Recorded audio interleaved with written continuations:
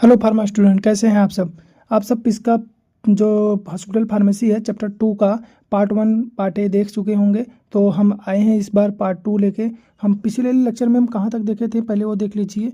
हम पिछले लेक्चर में आपको फार्मेसी एंड पीटीसी के बारे में बहुत अच्छे से समझा दिए थे। पीटीसी क्या होता है, इसका जो ऑब्जेक्टिव है, कंपोजिशन है, फंक्शन है, फार्मासिस्ट का क्या रोल है, इसके बारे में। तो आज के लेक्चर में हम देखने वाले हैं हॉस्पिटल फार्मेसी के बारे में और इन्फेक्शन कंट्रोल कमेटी के बारे में। तो बिना किसी देरी के हम अपना दोनों टॉपिक कवर कर लेते हैं। चलिए फटाफट चलते हैं हम अपने लेक्चर की तरफ।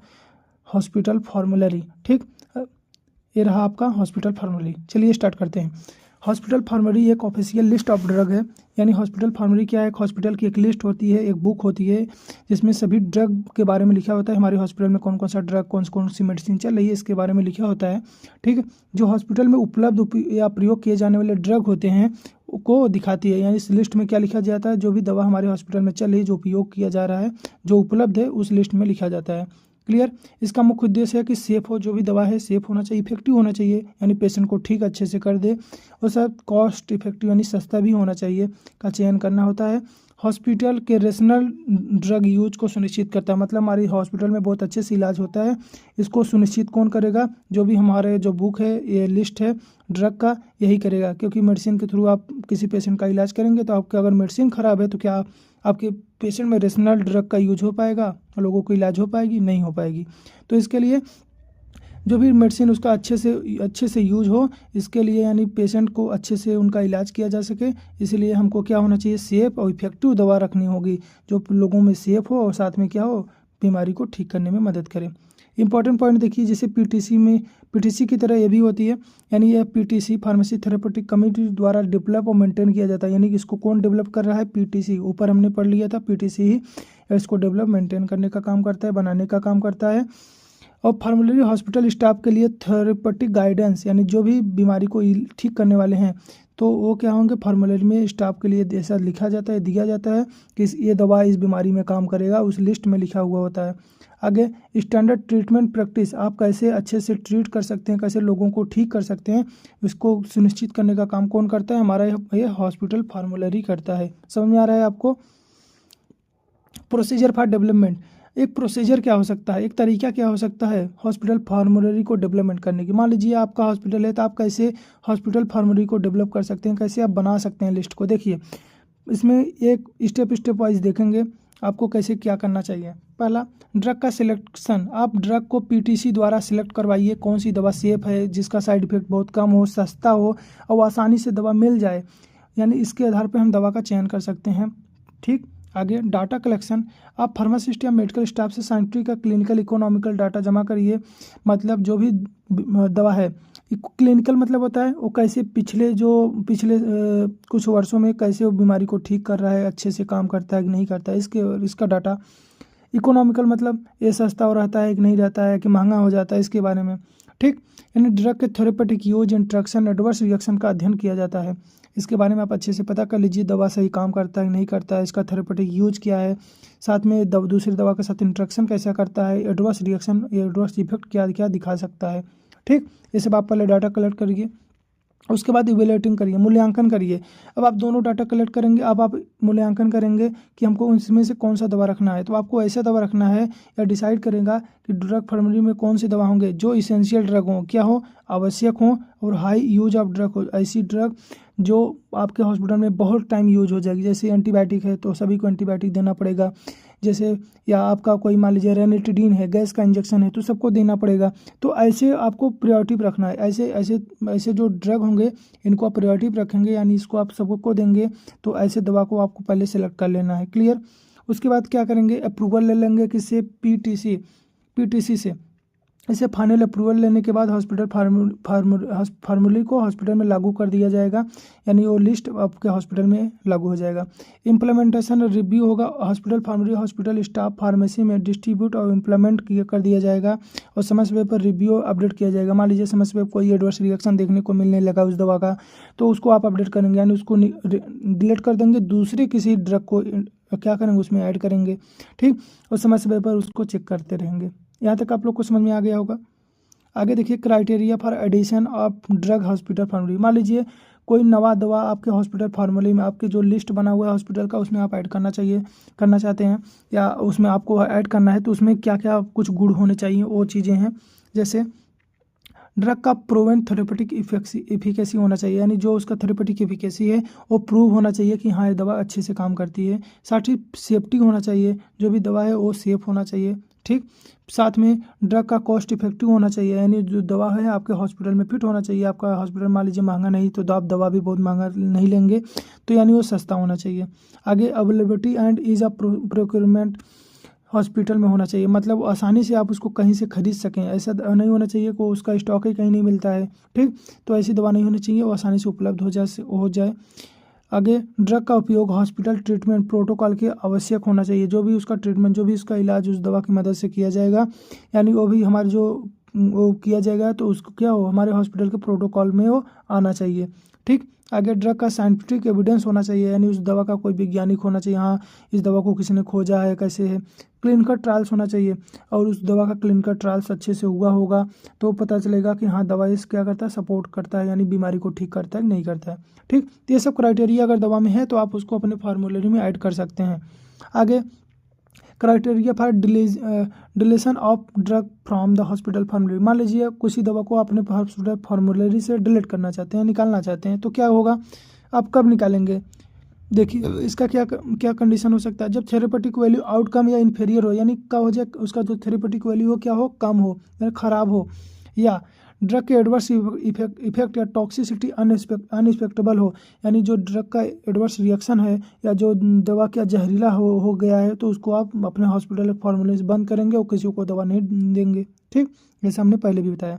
आगे ड्रग हॉस्पिटल में रेयरली यूज किया जाता है, मान लीजिए कोई ऐसा दवा है जो आपके हॉस्पिटल में बहुत कभी कभी यूज किया जाता है, तो ऐसे दवा को भी अपने हॉस्पिटल फार्मूले से आप निकाल सकते हैं। आगे safer and cost effective alternative, मान लीजिए मार्केट में कोई ऐसी दवा की खोज हो गई जो क्या है, उस दवा से सेफ थी और साथ में सस्ता भी था, तब आप उस दवा को हटा के इस दवा को ऐड कर लेंगे, तब आप इस दवा को डिलीट करके उस दवा को ऐड करेंगे। क्लियर। आगे ड्रग का अवेलेबिलिटी इशू या प्रोक्योरमेंट डिफिकल्ट हो, मान लीजिए ऐसा कोई दवा है जो कि आसानी से मिलता नहीं है आपको, जिस टेंडर वाले से आप खरीदते हैं वो जल्दी दवा मिलता ही नहीं है और क्या खरीदने में दिक्कत हो रही है, तो तब भी आप इस दवा को डिलीट कर सकते हैं अपने हॉस्पिटल फार्मेसी से, जो आसानी से मिल जाएगा हम उसको खरीदेंगे कि नहीं। आगे देखिए जो हमारा इंपॉर्टेंट टॉपिक है इन्फेक्शन कंट्रोल इन कम्युनिटी, आईसीसी के बारे में देखेंगे।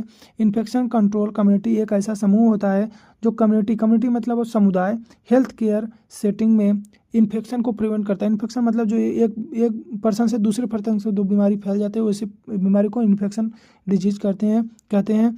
उसको प्रिवेंट करना, उसको कंट्रोल करना, जिससे वो क्या हो, एक दूसरे से ना फैलने पाए, उसको कंट्रोल में रहे, करने के लिए काम करता है। उस कम्युनिटी को हम कहते हैं आईसीसी, इन्फेक्शन कंट्रोल कम्युनिटी। इसका मुख्य उद्देश्य क्या है, इन्फेक्शन को स्प्रेड को रोकना, यानी जो इन्फेक्शन है जो फैल रहा है उसको रोकना है। एंटी माइक्रोबियल रेजिस्टेंस को कम करना है। एंटी माइक्रोबियल रेजिस्टेंस क्या होती है, इसके बारे में बहुत अभी अच्छे से आपको समझाएंगे, बहुत इंपॉर्टेंट चीज़ है एंटी माइक्रोबियल रेजिस्टेंस। बहुत से लोग क्या करते हैं, इसको उनको पता नहीं होता और इसके अभाव में वो अपने जान के साथ खेल जाते हैं और उनको बहुत दिक्कत का सामना करना पड़ता है। आगे देखिए पब्लिक हेल्थ सेफ्टी सुनिश्चित करना, लोगों में क्या हो, हेल्थ उनकी अच्छी हो, उसको सुनिश्चित करने के लिए इन्फेक्शन कंट्रोल कम्युनिटी बनाए गए हैं। क्लियर।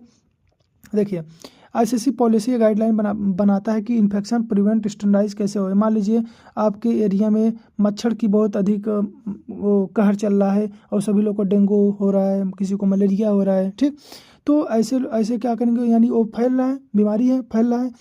इन्फेक्शन मतलब जो एक जगह से दूसरे को फैल जाए, ठीक, तो वो ऐसा बीमारी है फैलने वाला, तो उसको रोकने के लिए कमेटी है, यानी समाधान क्या, वहाँ पे छिड़काव किया जाता है ना, वहाँ पे कीट के मारने के लिए सब चीज़ों को वहाँ पर छिड़काव किया जाता है, सरकार के द्वारा किया जाता है, ठीक। तो ऐसे कम्युनिटी होती हैं जो इन्फेक्शन को कंट्रोल होने से रोक रहे हैं, ठीक, या ट्रेनिंग या सर्विलांस या आउटब्रेक मैनेजमेंट में मदद करता है। क्लियर।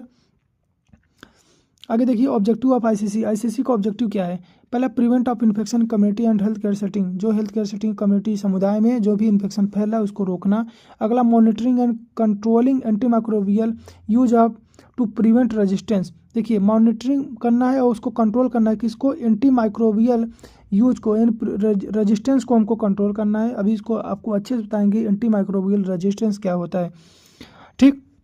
आगे का है आगे educating health care worker and public about hygiene, और क्या करना है, एजुकेट करना है, बताना है हेल्थ केयर वर्कर जो भी इस फील्ड में काम कर रहे हैं उनको, और साथ में पब्लिक को भी हाइजीन के बारे में, आपको कैसे हाइजीन रखना है, कैसे स्वच्छ साफ सुथरा रखना है, इन्फेक्शन कंट्रोल कैसे किया जा सकता है, और सेफ प्रैक्टिस के बारे में अच्छी तरीके से। ठीक, आगे developing and implementation of policy for infection control, जो भी पॉलिसी नियम कानून है उसको इम्प्लीमेंट करना है जिससे इन्फेक्शन को कंट्रोल किया जा सके। समझ में आ रहा है आपको।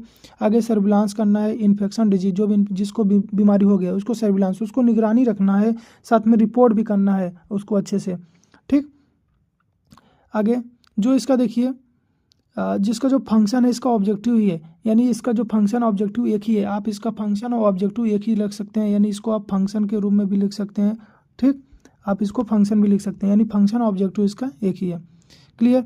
अगर role of pharmacist in preventing antimicrobial resistance, AMR के रूप में जो भी फार्मासिस्ट है उसका क्या रोल है, देखिए यही चीज़ हम आपको समझाना चाहते थे। पहले ये देखिए AMR होता क्या है, एंटी माइक्रोबियल रेजिस्टेंस क्या होता है, ऐसा जानिए। मान लीजिए आप किसी से झगड़ा या मार कर लिए हैं, ठीक है, मार कर लिए। मान लीजिए आपके पास अभी आपके साइड कितने हैं, 2 लोग हैं। समझ में आ रहा है, आपके साइड कितने लोग हैं, 2 लोग हैं। जो सामने वाला पार्टी था उसके पास मान लीजिए 4 लोग हैं। समझ में आया। तो 4 लोगों ने क्या किया, आया आपको मारा। ठीक, 4 लोगों ने क्या किया, आया आपको मारा। तो अब आपको जब वो मारेंगे तो पूरी तरह से मारेंगे नहीं, आपको आधा अधूरा मार के छोड़ दिए। तब आप समझ गए कि वो जो सामने वाला है उसकी क्वांटिटी कितनी है, वो कितना तगड़ा है, 4 लोग उसकी सेना है, 4 लोग की उसके पास फौज है। तब आप क्या करेंगे, जब दोबारा फिर से प्रिपेयर होंगे मार करने के लिए, तो क्या आप फिर 2 ही लोग जाएंगे, नहीं, अब हम भी 4 हो जाएंगे, हम भी क्या हो जाएंगे, 4 हो जाएंगे, क्योंकि 4 लोग उधर हैं तो हम भी 4 हो जाएंगे। आपने क्या किया, गया उससे फिर भिड़ गया। अब की बार उसने क्या किया, अब क्या वो 4 लोग जो पहले आपको मार दिए थे क्या अभी मार पाएंगे, नहीं, क्योंकि आप लोग भी बराबर हो गए हैं। तो यही जो हमारे बैक्टीरिया होते हैं, माइक्रोब होते हैं, उनके साथ होता है। जब हम उसको एंटीबायोटिक देते हैं, शुरुआत में हमने एंटीबायोटिक दिया और डोज, यानी हमको बोला गया था 10 इंजेक्शन ले लेना है टाइफाइड के लिए, समझ में आ रहा है। लेकिन हमने क्या किया, 7 इंजेक्शन लिया और हमने अपने मन से ठीक हो गए तो हमने क्या किया, उसको बंद कर दिया। अब ने जो माइक्रोब थे, जो बैक्टीरिया थे, हम लोग को पूरी तरह से किल तो नहीं किए। अब जब पूरी तरह से जब किल नहीं हुआ है वो माइक्रोब बैक्टीरिया, तो क्या वो फिर से अपनी सेना बनाएगा, और फिर से बनाएगा तो क्या जितनी एंटीबायोटिक पहले दिया गया था फिर उसी पे मरेगा, नहीं। अब हमको डोज बढ़ाना पड़ेगा, डोज बढ़ाएंगे तब मरेगा, नहीं तो नहीं मरेगा। ऐसे करते करते वो अपने आप को रेजिस्टेंस कर लेगा और एक ऐसा कंडीशन आएगा, आप उसको कितनी भी डोज देते चले जाइए वो मरेगा नहीं, फिर वो क्या आपका जान भी ले सकता है। इसलिए कभी भी जो भी एंटीबायोटिक को डोज होते हैं अपने मन से ना बंद करें जब तक डॉक्टर आपको सलाह न दे। समझ में आ रहा है आपको। और बिना ज़रूरत के एंटीबायोटिक खाना भी नहीं चाहिए, क्योंकि उसके कारण भी रेजिस्टेंस पैदा हो सकती है बैक्टीरिया माइक्रोब के अंदर। समझ आ रहा है आपको। देखिए आगे क्या है, रेशनल यूज ऑफ एंटीबायोटिक, जो भी एंटीबायोटिक हो उसको अच्छे से यूज हो, यानी इंश्योर है कि एंटीबायोटिक ओनली प्रिस्क्राइब हो, जब डॉक्टर बोले तभी खाना है, वेन नेसेसरी, जब ज़रूरत हो, और करेक्ट डोज में खाना है। ऐसा ना हो बहुत हाई डोज में खा लें। और या उसका ड्यूरेशन क्या होना चाहिए, रूट में दिया जाए, किस रूट में उसको खाना है, मुँह से खाना है, इंजेक्शन के थ्रू।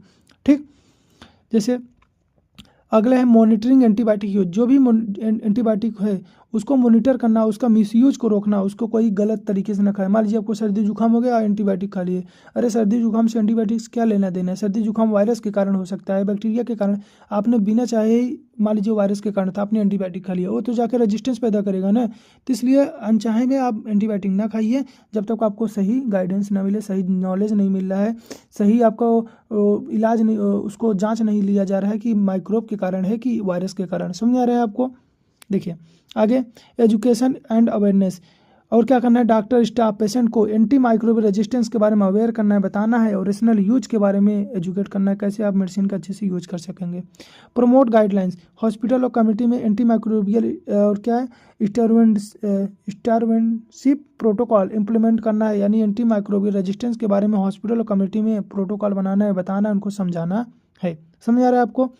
आगे देखिए role of pharmacist in ICC, pharmacist का क्या रोल हो सकता है, बस इसको कंट्रोल करना है, बीमारी एक दूसरे से फैलने ना पाए। समझ, इसके लिए क्या करेंगे, पॉलिसी इंप्लीमेंट करेंगे, पॉलिसी बनाएंगे और उस पॉलिसी को फॉलो करवाने का काम करेंगे एक फार्मासिस्ट। आगे ड्रग सप्लाई मैनेजमेंट करेंगे, एंटीबायोटिक इन्फेक्शन रिलेटेड ड्रग सही तरीके से स्टोर और डिस्ट्रीब्यूट हो, उसको उसका मिसयूज ना होने पाए। आगे सर्विलांस सपोर्ट, और क्या करेंगे, सर्विलांस करेंगे, यानी ड्रग रिलेटेड रेजिस्टेंस जिसके पास है, इन्फेक्शन पैटर्न में की जानकारी प्रोवाइड करना के काम कौन करेंगे, हमारे फार्मासिस्ट। आगे ट्रेनिंग, एजुकेटिंग और staff community and hand hygiene, अच्छे से आपको हाथ धोना है सैनिटाइजर के साथ, वैक्सीनेशन करवाना है, साथ में प्रॉपर एंटीबायोटिक यूज के बारे में अच्छे से ट्रेन करने का काम कौन करेगा, हमारा फार्मासिस्ट।